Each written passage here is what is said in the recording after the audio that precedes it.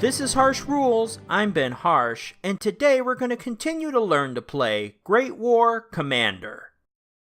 Great War Commander was published in 2018 by Hexasym and designed by Roger Nord and Pascal Tupi. This game supports up to 3 players and takes about 2 hours to play.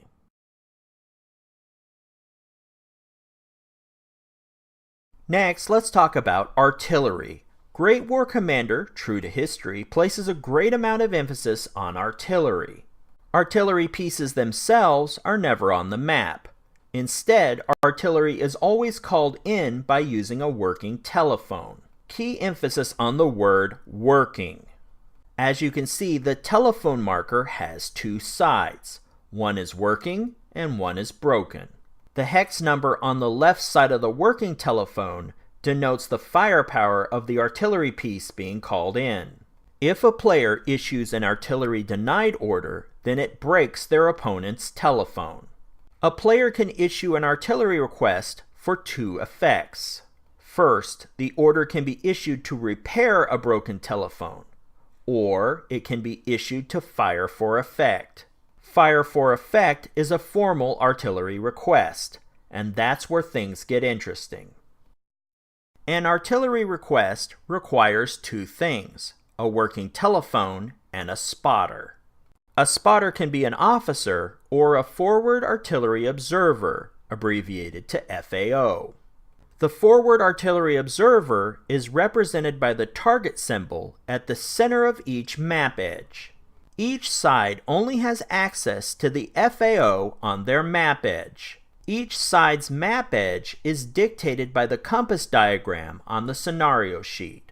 In Scenario 1, Birth of a Legend, the French have the top edge of the map and the Germans the bottom edge.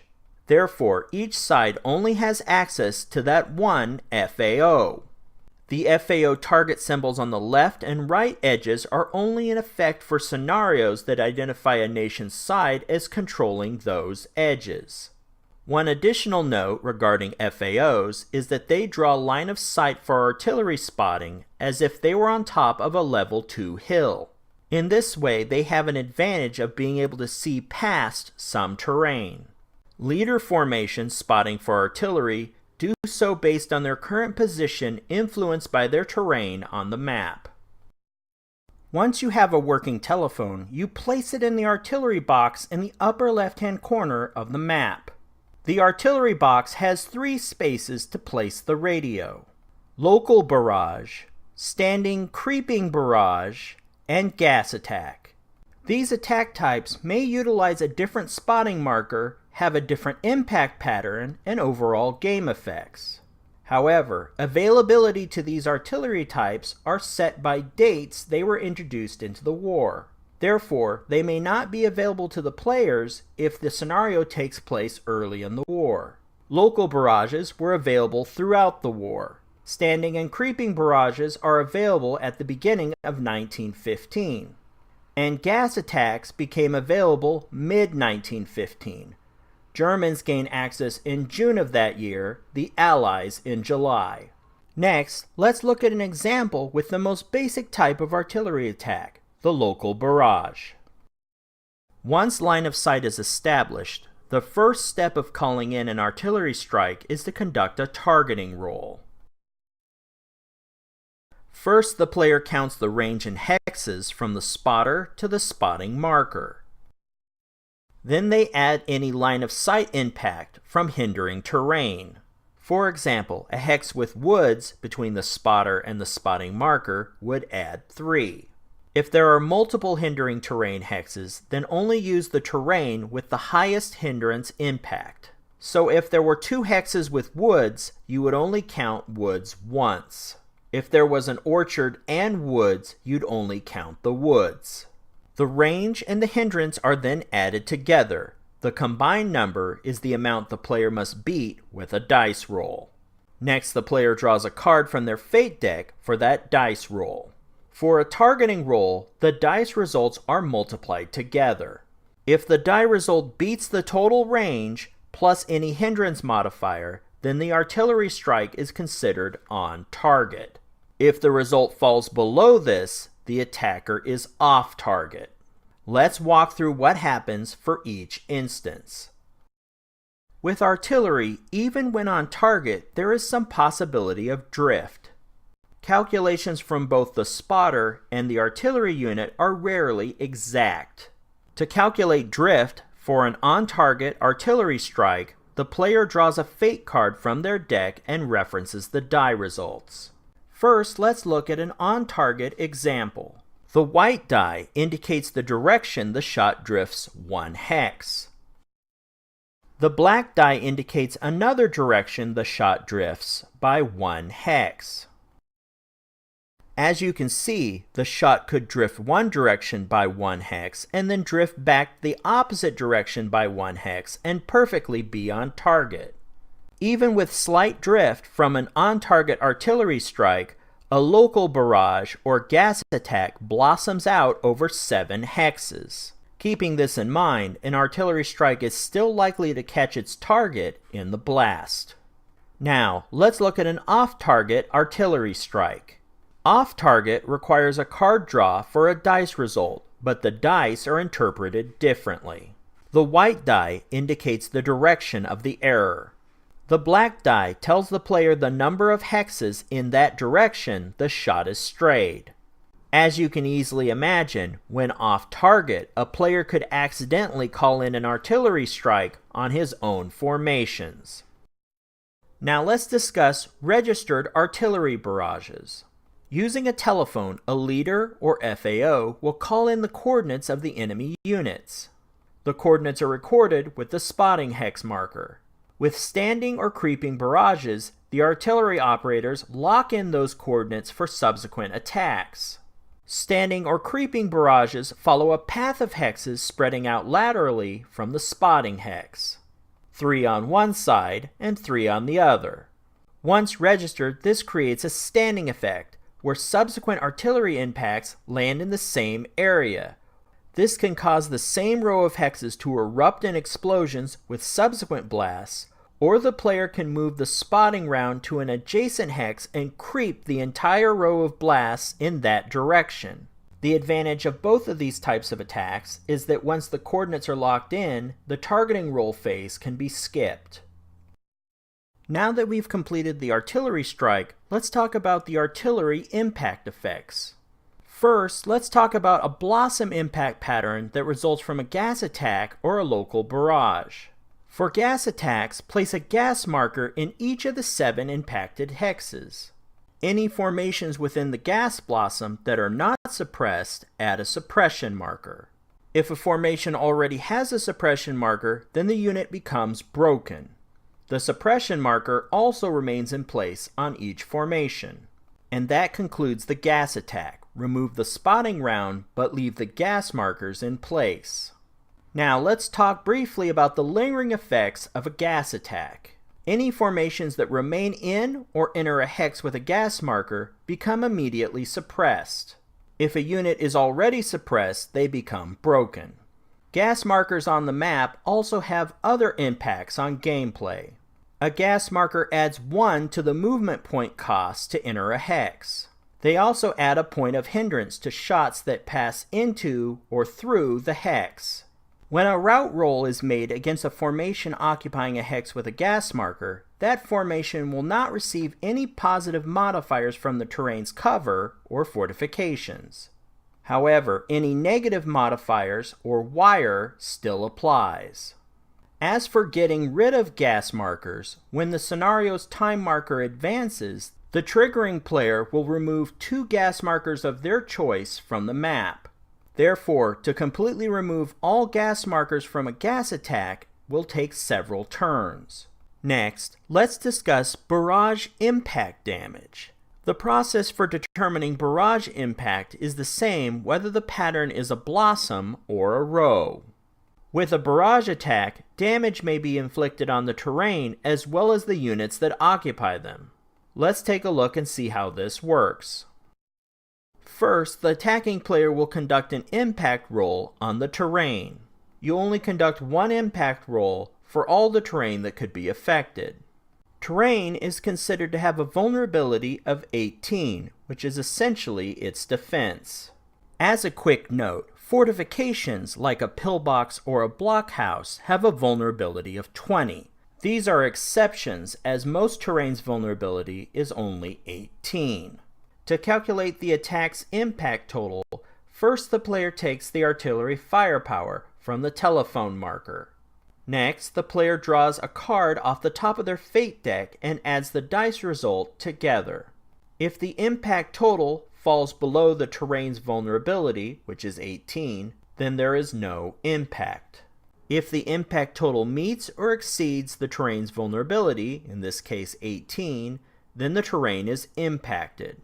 The impacted terrain is then downgraded from the attack. Man-made structures are typically downgraded to rubble. Natural terrain is downgraded to a shell hole. If a terrain with rubble is hit again, it is downgraded to a shell hole. Place shell hole or rubble markers on the impacted terrain to keep track of the results. Next, one at a time, the impact roll is applied to each formation in the affected hexes. For defense, the formation uses the standard fire attack defense roll calculation, morale plus modifiers plus a die roll. If the impact roll is below the formation's defense, then there's no effect. If the impact roll result exceeds the formation's total defense, the formation's health is reduced by 1 level. Full health becomes broken, and broken becomes eliminated. If the impact roll equals the formation's defense, then they're suppressed. Keep these rules in mind when working through artillery attacks.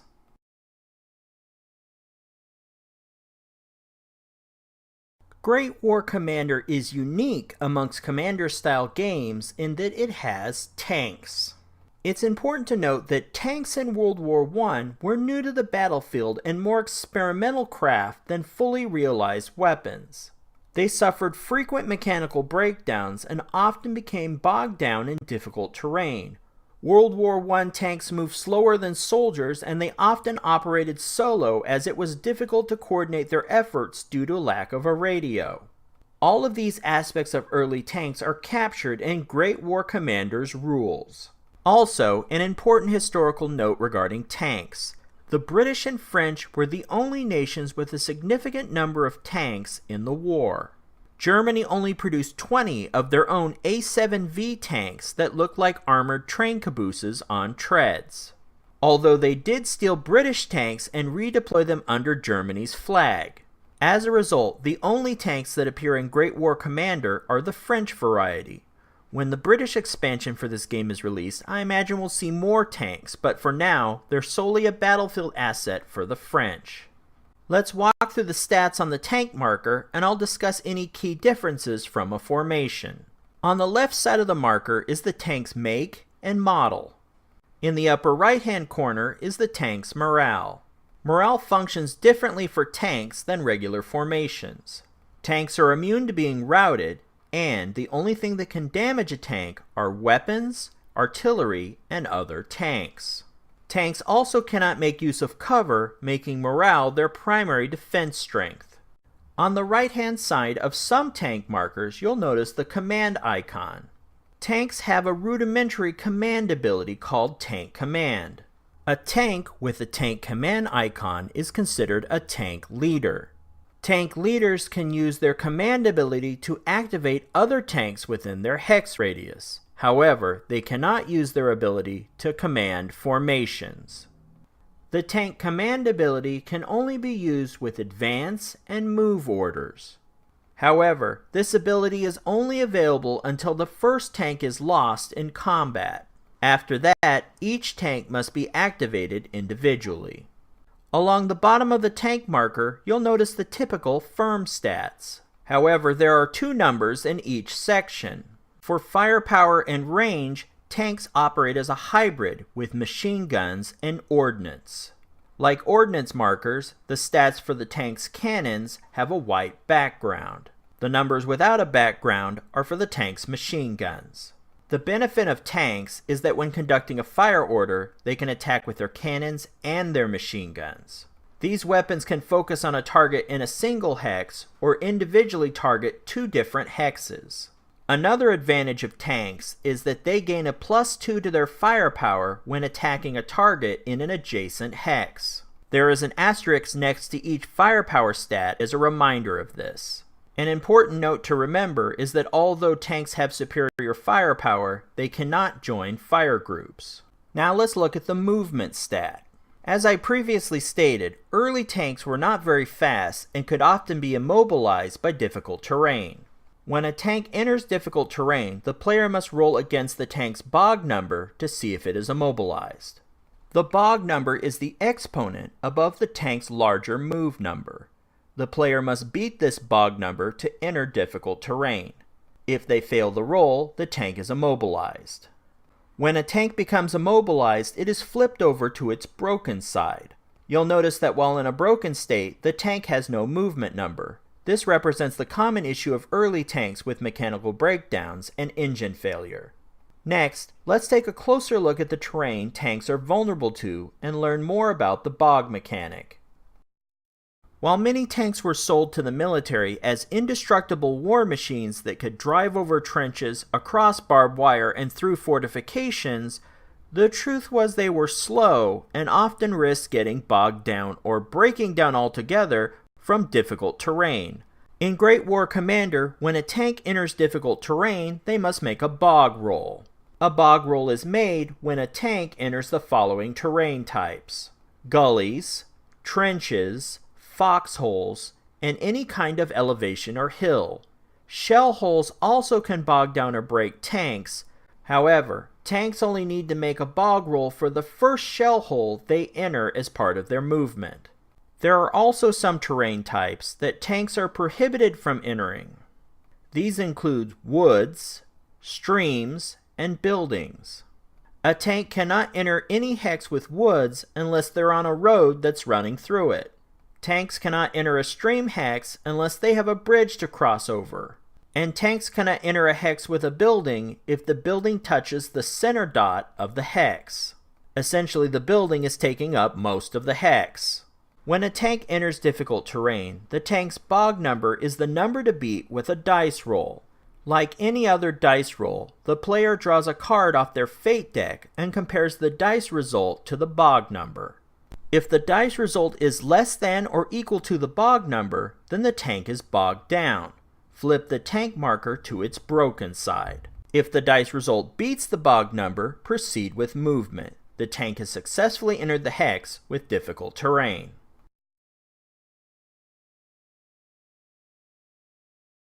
Air assaults are another new order type to Commander-style games. This order allows the player to call in an early form of air support. An air assault order is conducted in 4 steps. First, the player issues the air assault order. Next, they draw a card from the top of their fate deck and reference the random hex space on the card.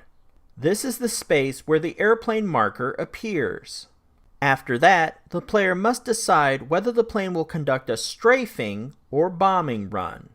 Each side of the plane marker indicates the type of attack and firepower. Most bombing runs show 2 spaced out hexes, or in the case of the Americans, a single hex. These 2 hexes represent bombing technology in 1914 on the left side, and an improvement in bombing technology from 1915 onward on the right side. The Americans only have 1 bombing number because they entered the war later. The strafing side has 2 hexes close together because this represents the nature of the strafing attack, since the player can target and attack 2 adjacent hexes. Bombing and strafing runs offer 2 distinct forms of attack. Let's walk through each type. When conducting a bombing or strafing run, first a player needs to determine the path of the run. A path is a row of hexes. This can be a column of hexes running up or down the map, or a path of hexes running diagonally across the map. The airplane marker should be positioned so the nose points down the path it will make the run. From this point, the difference between a bombing and strafing run is pretty simple. A plane can focus its bombing firepower on a single hex in the path, or It can spread out its attack and strafe 2 adjacent hexes along the path. Whichever is selected, each formation in the targeted hex or hexes is immediately suppressed. Then each player conducts a standard battle calculation using the plane's firepower against the formation's defense. Once the steps for the bombing or strafing run are completed, then the airplane marker is removed from the map. Basically, the air assault is a one-attack order. Keep these rules in mind when these rare orders come up in a player's hand. This concludes the 4th episode of our breakdown for Great War Commander by Hexasim.